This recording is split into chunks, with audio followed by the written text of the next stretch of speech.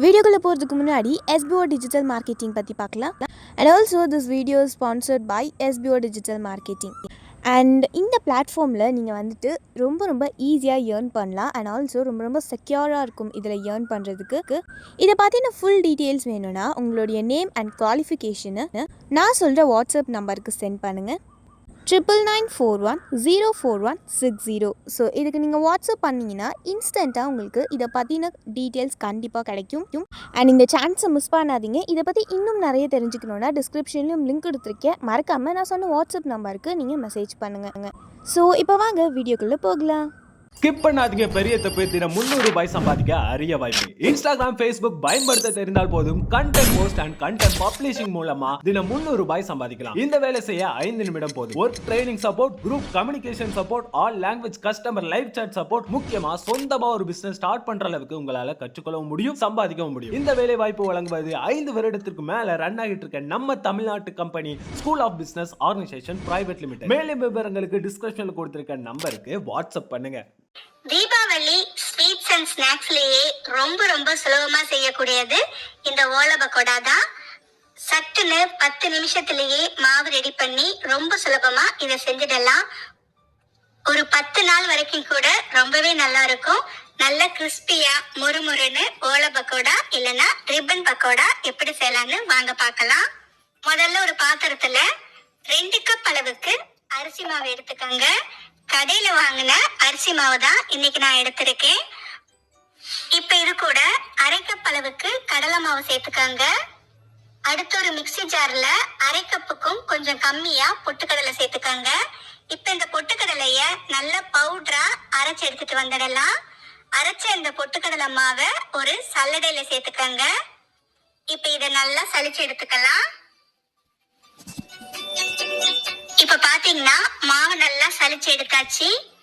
இப்ப சலிச்ச பொட்டுக்கடலை மாவுல இருந்து 1/2 கப் அளவு மாவு மட்டும் இப்ப இதுல சேர்த்துக்கலாம். இப்ப இது கூட 1 ஸ்பூன் அளவுக்கு எள்ளு சேர்த்துக்கோங்க. 1 ஸ்பூன் அளவுக்கு உப்பு சேர்த்துக்கலாம். ஒரு 1/2 ஸ்பூன் அளவுக்கு பெருங்காயத்தூள் சேர்த்துக்கோங்க. அடுத்து ஒரு மிக்ஸி ஜார்ல ஒரு 3 பெரிய பல் பூண்டு சேர்த்துக்கோங்க. கூடவே 1 ஸ்பூன் அளவுக்கு தனி மிளகாய் தூள் சேர்த்துக்கலாம். அடுத்து இதுல கொஞ்சமா தண்ணி சேர்த்து நல்ல மைய அரைச்சு எடுத்துட்டு வந்துடுங்க. இப்ப இத ஒரு ஃபில்டர் வச்சு வடிகட்டி எடுத்துக்கலாம். சரியா அரைபடலைன்னா ரிப்பன் பக்கோடா பிழியும் போது நமக்கு இடையில சிக்கும்.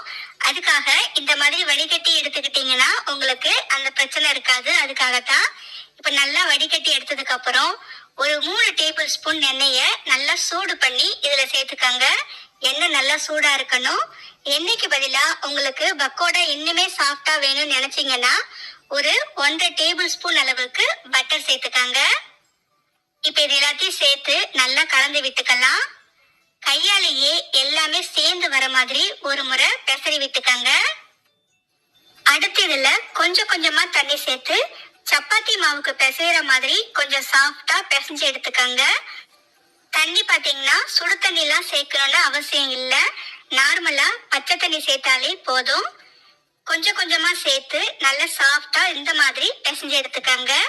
உங்களுக்கு பார்க்கும் போதே தெரியும் மாவு நல்லா பிசைஞ்சு நல்லா சாஃப்டா வந்திருக்கு. அவ்வளவுதான், இது அப்படியே இருக்கட்டும். அடுத்து இந்த மாதிரி ஓலை பக்கோடா செய்யற அச்சு எடுத்துக்கோங்க. இந்த அச்சை முறுக்கு குழல்ல சேர்த்து லேசா எண்ணெய் தடவிட்டு அதுக்கப்புறமா நாம தேவையான அளவு மாவு சேர்த்துக்கலாம். மாவு சேர்த்து இந்த மாதிரி பிழிஞ்சு பாருங்க. நமக்கு எந்தவித சிக்கலும் இல்லாம நல்லா ஸ்மூத்தா மாவு இறங்கும். இந்த அளவுக்கு இருந்துச்சுன்னா நமக்கு மாவு சரியான பதத்துல இருக்குன்னு அர்த்தம். அடுத்து ஒரு பாத்திரத்துல எண்ணெயை சேர்த்துக்கோங்க. எண்ணெய் ஓரளவுக்கு சூடானதுக்கு அப்புறமா நாம மாவை இந்த மாதிரி வட்டமா பிழிஞ்சு விட்டுக்கலாம். உங்களுக்கு டைரக்டா பிழிய முடியல அப்படின்னா ஒரு சின்ன தட்டுல இந்த மாதிரி பிழிஞ்சு எடுத்துட்டு அதுக்கப்புறமா தட்டை இதுல பொறுமையா கவிழ்த்து விட்டுக்கோங்க. மாவை சேர்த்ததும் அடுப்பை மீடியம் ஃப்ளேம்ல வச்சு வேக விடுங்க. மாவை சேர்த்த உடனே கரண்டி போட்டு திருப்பி விடாம கொஞ்ச நேரம் அப்படியே இருக்கட்டும். ஒரு 30 செகண்ட்ஸ்ல இருந்து 45 செகண்ட்ஸுக்கு அப்புறமா திருப்பி விட்டுக்கலாம். திருப்பி விட்டுட்டு திரும்பவும் வேக விடுங்க. கொஞ்ச நேரத்திலே பாத்தீங்கன்னா எண்ணெய் பொங்கறதெல்லாம் நல்லா அடங்கி வந்திருக்கும். கலரும் லேசா மாற ஆரம்பிக்கும். இந்த சமயத்துல நாம இதை வெளியே எடுத்துடலாம். அவ்வளவுதான். இதே மாதிரி எல்லா மாவையும் சுட்டு எடுத்துக்கங்க. கொஞ்சமா கருவேப்பிலை பொரிச்சு சேர்த்தீங்கன்னா வாசனை ரொம்பவே நல்லா இருக்கும். அவ்வளவுதான் ஃப்ரெண்ட்ஸ்.